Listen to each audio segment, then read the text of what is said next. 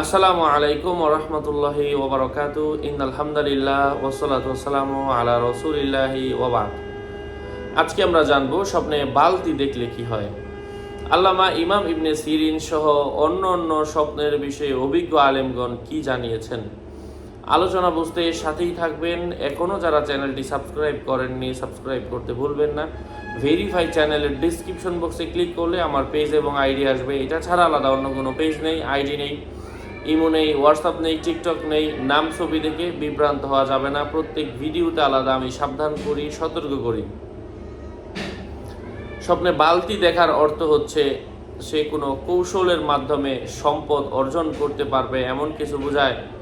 কূপ থেকে পানি তুলতে দেখার অর্থ হচ্ছে স্বপ্নদ্রষ্টা অঢেল সম্পদের মালিক হবে।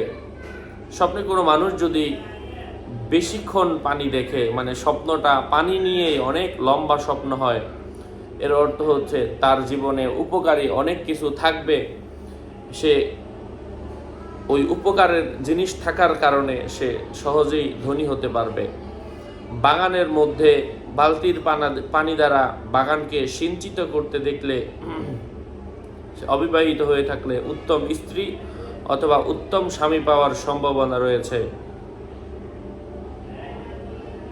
জৈনক ব্যক্তি হযরত ইবনে আব্বাস রাদিয়াল্লাহু তাআলা আনহু এর কাছে এসে বলল, স্বপ্নে আমি কূপের মাঝে বালতি নিক্ষেপ করলাম। বালতির 2/3 ভরল, 3 ভাগের 1 ভাগ বাকি রইল।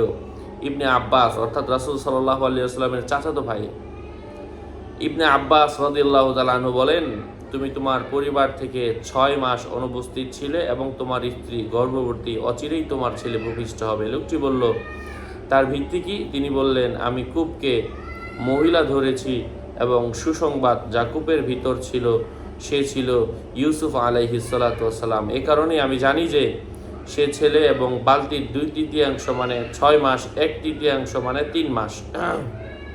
সে বলল, আপনি সত্য বলেছেন। তার গর্ভের হিসাব করা হয়েছে যে 6 মাসের অন্তঃসত্ত্বা। স্বপ্নে চরকা দেখার অর্থ হচ্ছে সে মানুষের উপকার করবে। যে দেখবে চরকা সে মানুষের উপকার করবে। যাই হোক, আশা করছি বুঝতে পেরেছেন। এই বিষয়গুলো নিয়ে আরও অনেক ব্যাখ্যা রয়েছে। আরও আপডেট পেতে সাথেই থাকবেন। সকলের মঙ্গল কামনা করে এখানেই শেষ করছি। দেখা হবে অন্য কোনো ভিডিওতে। আসসালামু আলাইকুম ওয়া রাহমাতুল্লাহি ওয়া বারাকাতুহু।